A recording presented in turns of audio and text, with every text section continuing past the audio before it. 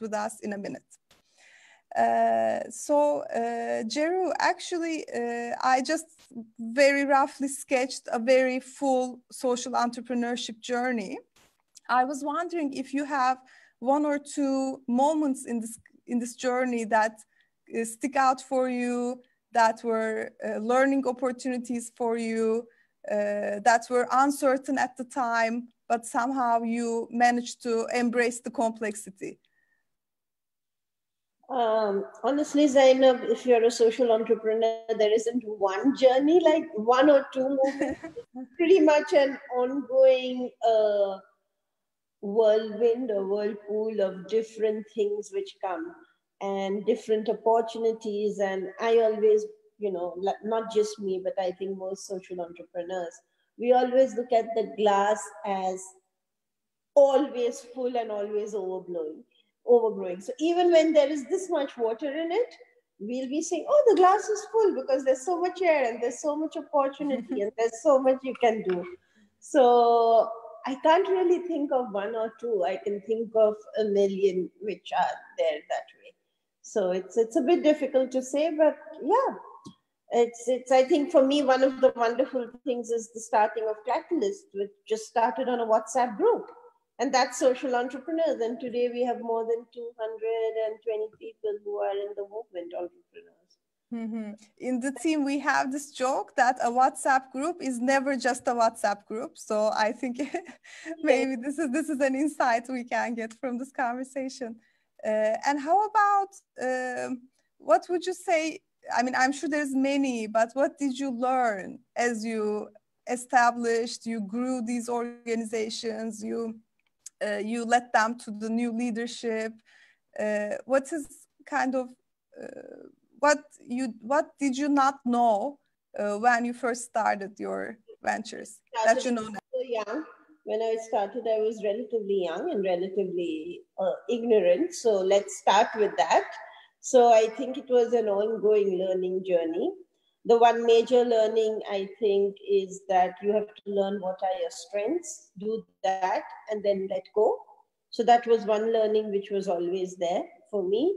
And that's why I started things. I knew I could run things, but did it give me energy? No, starting gave more energy. So stick to what gives you energy. There are other people who do other things 10 times better than you, or it gives them energy. Everyone gets energy from different sources. So for me, it was the learning to let go when the time was right. I think that was something which was very important. The other learning, if I can be very honest, is not putting the self as the center, but putting other things, the issue, the impact, all of that at the center. So always making sure that that is there. So this is one of my favorite sayings. If you want to be a successful entrepreneur, take your ego, flush it down the toilet, then start work. And I think that's something which I really, really believe in. And the third is if you're running a network, so like most of my organizations have been, then always try to play the role of an honest broker, which is putting others above self, putting the issue above self, and trying to ensure that you can include as many people and leverage on the skills of the people. So I think these would be the things. Yeah. Amazing, thank you. So kind of great remedies for founder syndrome, for not being able to, let go of the baby, and kind of very, very simple compass you're offering, kind of focus on what gives you energy. So thank you for that. So in the social entrepreneurship world, you are known to be a scaling wizard.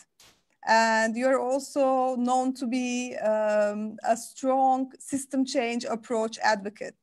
And these two kind of go hand in hand together. So I wanted to ask you, and not all social entrepreneurs do this. So what is it about system change that excites you, that kind of makes you so vocal about it? Why is it important to you?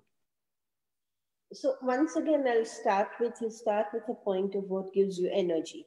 So for some people, energy is having that residential institution, the work in the community and doing that. And that gives them energy. And I think that's very, very important also, because if you have everyone doing systems change, it won't work. So you need the whole continuum. I want to start with that. And you need people at different ends of the continuum. What gives me energy is systems change and the strategy behind scaling. So how do you take a complex issue and break it down in such a way that we are able to scale it? And I think that is what gives me energy, which is why I personally am very passionate about systems change. But the main reason I'm passionate about systems change is the impact it can achieve. Because ultimately, why are we in this world? We want to help as many people as we can as social entrepreneurs. Means I'm boiling down a very complex thing, but for me, ultimately, when I wake up in the morning, I say, how can I help more people? What can I do to help more people? You know, and with systems change, you can have a very, very large impact. How a systems change is defined in multiple ways. One of the main ways which we can do it is very, very, very simple, is you work with the government and try to leverage the government for systems change. Okay, and see how you can. In some countries, the government can be really, really very good, and then it can go down, you know, then it can go up again. So you also, but at the same time, you have to build in resilient systems where the political infrastructure is not whom you work with, but the actual implementation infrastructure. So that was one of my concrete learnings with systems change. Initially, we would think if you got the, the top level, that would be very good. Now I've learned that you need to work with the infrastructure. So what gives me passion? If you're able to work with government, you're able to institutionalize, then the systems change becomes permanent. And if it's not done at the political will of one person, but then it will work. You also work with corporates. So when we were working with Child and Youth Finance International, we wanted banking products for children. So we also worked with corporates and we tried to get that happening. So it's not just with one group, and then you can work with your fellow entrepreneurs. So systems change is looking at your issue, seeing who are the best people who can help create the maximum impact for that issue, and then taking it forward. That's all. So that's what gives me passion, but more important, that's what achieves impact. Thank you. I love how you're simplifying these concepts that are so complex, kind of doing what you said you like about system change real time here. Thank you for that. I wanted to ask you, so Child and Youth Finance International, Aflatun, you, without doubt, you approach the issue with a system change approach, building lots of coalitions, making the issue owned by other organizations than your own, and so on. When you look back, do you think you've shifted the global child financial literacy space, for example? What would do you have something like a checklist to see if you've, actually the system has moved to a new level or not, like as a result? If you want to bring about any change, you have to have matrices. Otherwise, how do you know? So yes, for everything there is a matrix. We actually worked with McKinsey, and they were on app with me now. We worked with McKinsey when we were doing Child and Youth Finance International to create a 10-step diagnostic against which we measured what countries were doing, how they were progressing, where they were. We also created a correlation framework where we were able to check whether our inputs in that country were having impact or not, because otherwise you can keep working and you don't have impact. So if you really want to do structured systems change, you need to have a very clear impact framework, a very clear impact structure, and then you need to take it. Mm-hmm, mm-hmm. What were some of the metrics you were using for your previous work that kind of kept you on your way?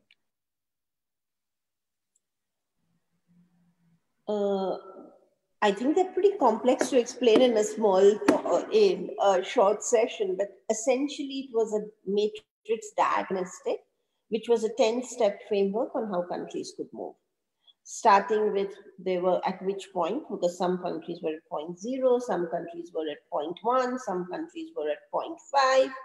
So we sort of then, and then over a 5-year period, we were able to track countries. And then we could see the movement which was happening. If I can be honest, we didn't start this when we started CYFI. We should have started it on 0.0, but we didn't. We learned as we went. There were no frameworks there for us to learn from.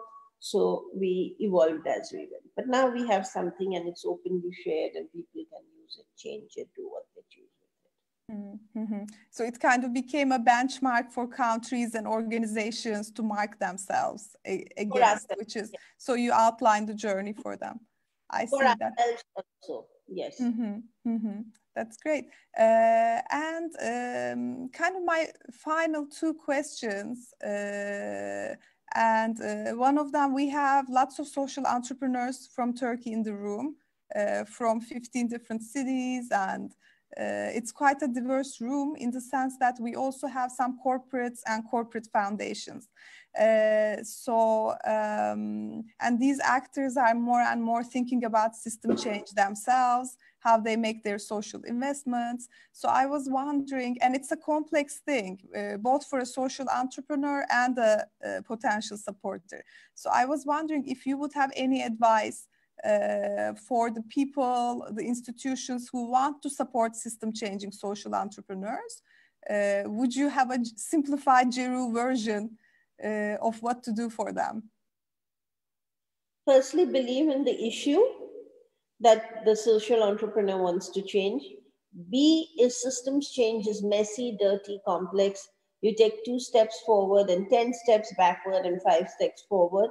So please be patient and don't expect miracles because otherwise you are going to make everybody's life miserable.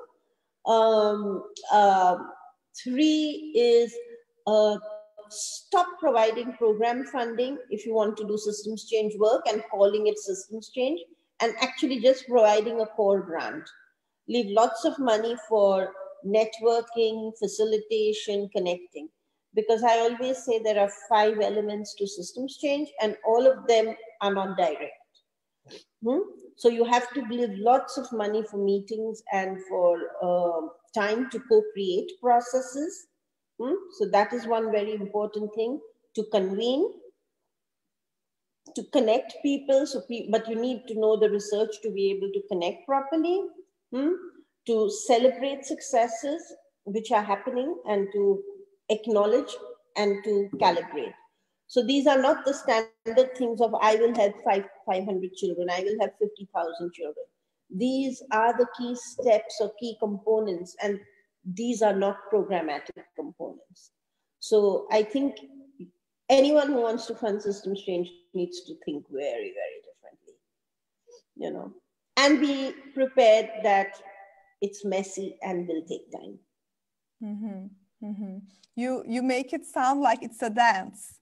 Sometimes it's a salsa, sometimes it's a tango with the social entrepreneur and the supporters. I always say it's a river, a river starts at the head of a mountain and it knows it has to reach the sea. But it takes so many courses. It goes down the mountain, it goes this way, it goes this way, it turns, it weaves until it reaches its destination. That's what systems change is about. You have to go slowly and negotiate your way through, keeping your goal in sight. And donors have to recognize that. Great metaphor. Thank you for that. So do you think, we are observing both in the global philanthropic world as well as in Turkey that some funders are actually converting their support to core funding. With the COVID-19 crisis, it seems like a measure that's being taken these days. But we don't know if it's going to last. So if I understand it correctly, you're saying this is actually good for pursuing system change and it should be part of the new normal that follows this period. Definitely. For everybody. And in terms of, holding space for convenings like this, or supporting networks to facilitate dialogue and so on, that often seems to be kind of the luxury part. Founders tend to want to fund the projects or the field work where they actually can touch and feel the impact. But the network part often is neglected. So you also have this experience, and it's not very many founders that go down this way still. Let's be absolutely politically incorrect in Islam. If there was no blunt, if there was no Bill Drayton, or if there was no Ashoka, there would be no field of social entrepreneurship. And Ashoka's main role is not working directly with the client group. It is supporting the entrepreneur community. It is helping and nurturing the entrepreneur community and creating the ecosystem for social entrepreneurs. And that's what Ashoka is all about. So we would have no field if we didn't have an Ashoka. So in many ways, that's how you need to think about it. That's why I'm such a fan of Ashoka. Thank you for that. I mean, you have so many different hats, and both in your own work and in social entrepreneurship, kind of taking care of the entire field seems to be your thing. So not thinking in terms of just organizations, but the health and well-being of an entire field. And I find that very inspiring, personally, this system leadership, field leadership. So I want to actually continue on to today. So we talked about your past, your journey, and you have arrived at a new place these days, Catalyst 2030, which again is a field approach. Now I'm realizing. So we're going to ask you to tell us a bit about Catalyst 2030. It's gonna be interesting for both the private sector in the room and the social entrepreneurs in the room. So I'll leave it to you to kind of tell us what it is about, what can we do as the people in this virtual room. Super. So Catalyst 2030 is not me. It is the 200 entrepreneurs and intermediaries and academics who are part of the movement. It came together, as I said, as a WhatsApp group. It is a practitioner-initiated, practitioner-led movement, which basically aims at achieving the SDGs, the Sustainable Development Goals. Because there's a lot of talk among certain circles about we have to achieve the Sustainable Development Goals, but what is not as known is that pre-COVID, we would have reached the Sustainable Development Goals at the current rate of progress by 2094. Post-COVID, we'll probably reach it after the turn of the century. So if we need to achieve them by 2030, then we need to think differently, we need to work differently. And that is the reason that Catalyst 2030 was formed by practitioners.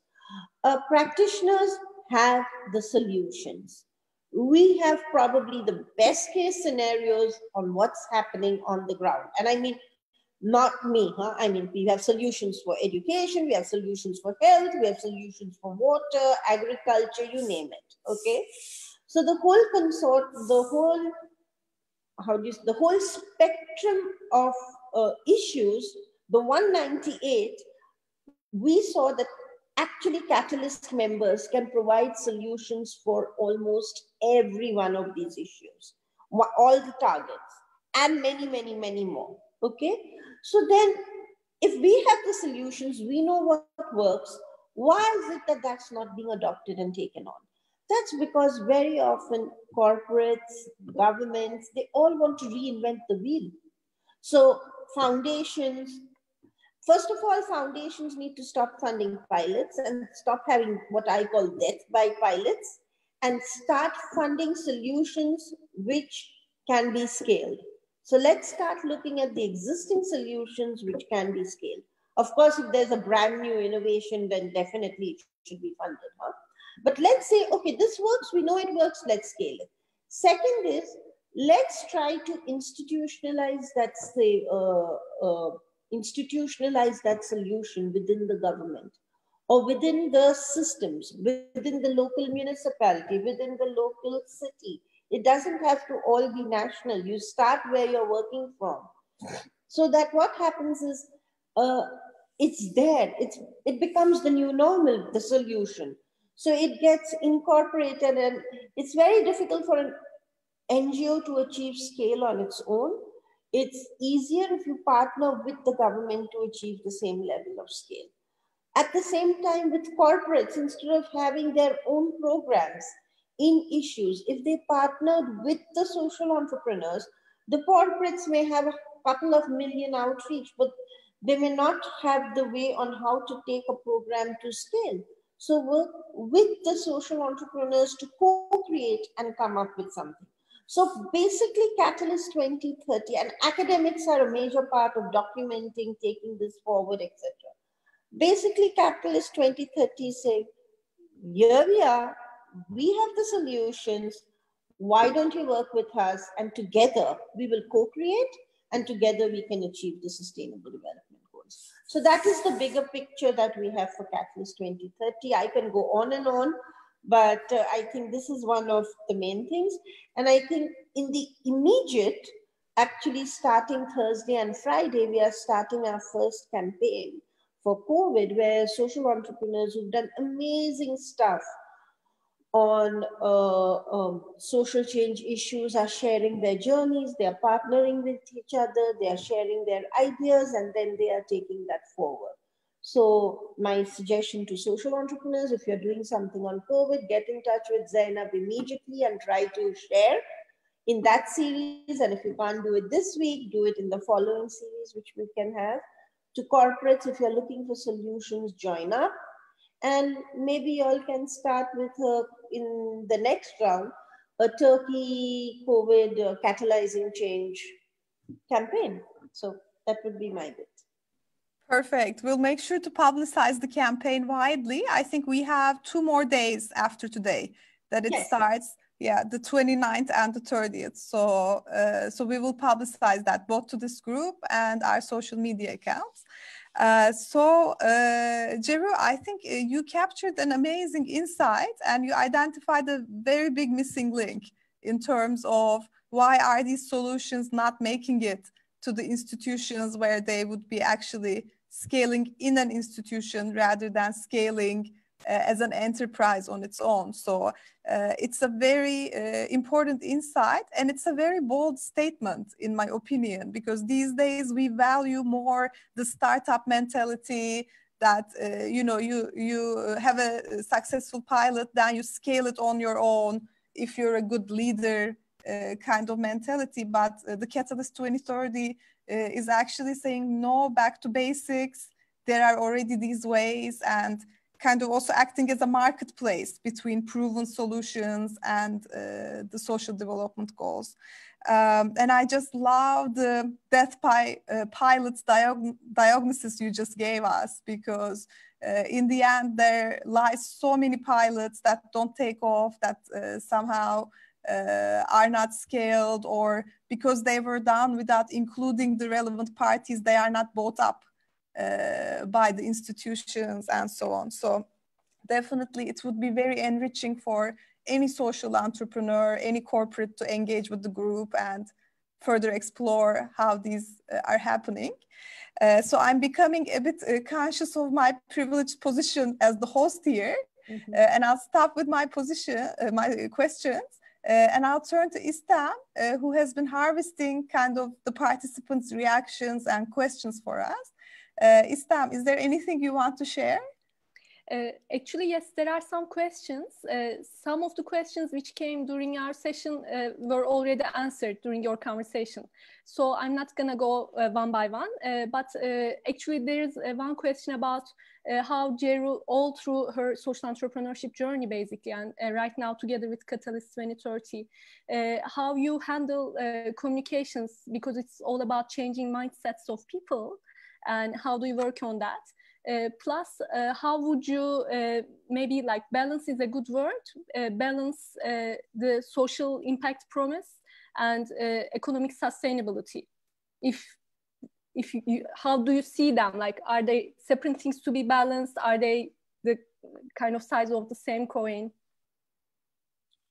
Okay, so in terms of communications, my one mantra for communications is you have to connect with people and build relationships. So that's how it goes, you know. In terms of, if you ask social media, I'm lousy at social media. I don't know the S of social media. I'm terrible with the press. So all those things, ask someone else. But if you say, how does change happen? It's one person at a time, and you sort of build it from there. So that's in terms of communications for me. In terms of social impact and sustainability, I think if you're doing systems change work, because there is not enough money in systems change work, it's always extremely difficult. Like today, Catalyst has so many members, but we still don't have funding. So I think it's really, really difficult. Funders need to start having the mindset shift. My one learning is that you're always balancing you're always balancing work, right? So you may have your program and you're taking your program and then taking that to the government.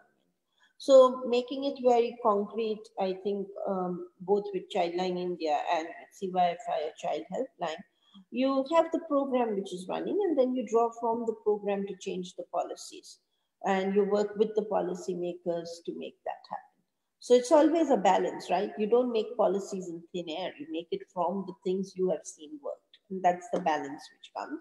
I always say, find out ways to keep your organization as lean as possible. And then you can achieve the sustainability. I mean, what you say sounds like very easy, you know, as if a soup recipe or something. You're working with governments, doing this, doing that. I don't know if it is like that in real life. So that brings us to the next question. You worked across geographies, you worked across partners. Like, what were kind of the risks do you think you took as a social entrepreneur? Maybe like one or two risks, if you call them risks. Well, if you're starting an enterprise, it's a risk. It's a reputational risk. It's a issue-based risk. It's a risk because you don't know whether you can pay your bills. It's a risk, period. In terms of working with governments, the risk is always that you can have a government which is very proactive in one case, and then it stops being as proactive in another case. So if I'm going to now, probably, I don't know if I'm allowed to say this or not, we started working in Turkey, and at one point with Turkey, things were going really, really, really amazingly. The government was at one point extremely proactive, much more engaged, everything. And then because of all the political events, we had to restructure, rework, recalibrate, and still take on and continue working. Because once again, I always say, it's not the political people you're working with. You're working with the people who are in the mid-tier, who are the people who are there to stay by and large.